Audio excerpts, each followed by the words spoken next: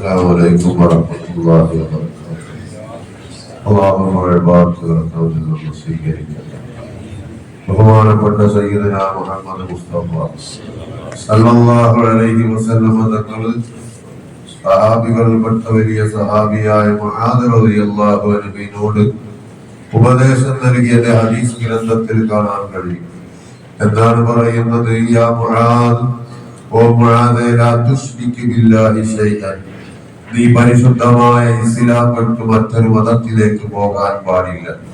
Wine ഖുതിൽത, നിന്റെ ശത്രുക്കൾ പിടിച്ച് ഏതെങ്കിലും നിലക്ക് കൊല ചെയ്യുകയാണെങ്കിലും ശരി, വഹുല്യത, നിന്നെ കരിച്ചു കൊല്ലുകയാണെങ്കിലും ശരി, നീ പരിശുദ്ധമായ ഇസ്ലാം വിട്ട് മറ്റൊരു മതത്തിലേക്ക് പോകാൻ പാടില്ല എന്ന് ബഹുമാനപ്പെട്ട മുആദ് റളിയല്ലാഹുവിനോട് ആദരവായ റസൂലുള്ളാഹി സ്വല്ലല്ലാഹു അലൈഹി വസല്ലം തങ്ങൾ പറയാം. വീണ്ടും റസൂലുള്ളാഹി ഉപദേശിക്കുന്നു, വലാ തഉക്കന്ന വാലിദൈക, നീ ഒരിക്കലും നിന്റെ ഉപ്പയെയും ബുദ്ധിമുട്ടിക്കാൻ പാടില്ല.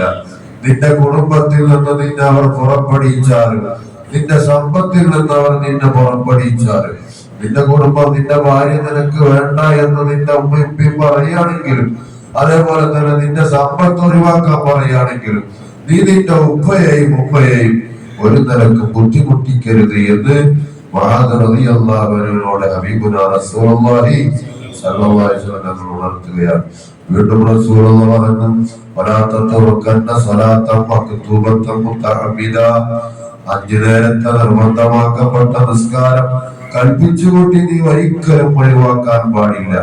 ഫഇന്നമൻ തറക സ്വലാത്തൻ മക്തൂബത്തൻ മുതഅബ്ബിദൻ, ആരെങ്കിലും 5 നേരത്തെ നിസ്കാരം ഒഴിവാക്കുകയാണെങ്കിൽ ഫഖദ് ബരിഅത മിൻഹു ദിമ്മത്തുല്ലാഹ്, അത് അല്ലാഹുവിന്റെ കാവൽ നഷ്ടപ്പെടാൻ കാരണമാകുമെന്ന് ഹബീബുനാ റസൂലുള്ളാഹി സ്വല്ലല്ലാഹു അലൈഹി വസല്ലം പഠിപ്പിച്ചു. 5 നേരത്തെ നിസ്കാരം ഒരാൾ ഒഴിവാക്കുകയാണെങ്കിൽ അല്ലാഹുവിന്റെ കാവൽ ആ മനുഷ്യനിൽ നഷ്ടപ്പെടുന്നു. പിന്നെ ആ മനുഷ്യൻ എന്ത് ബിസിനസ് ചെയ്തിട്ടും കാര്യം ഉണ്ടാവില്ല, അവരുടെ കുടുംബത്തിലും ജീവിതത്തിലും ഒന്നും പറക്കത്തുണ്ടാവില്ല.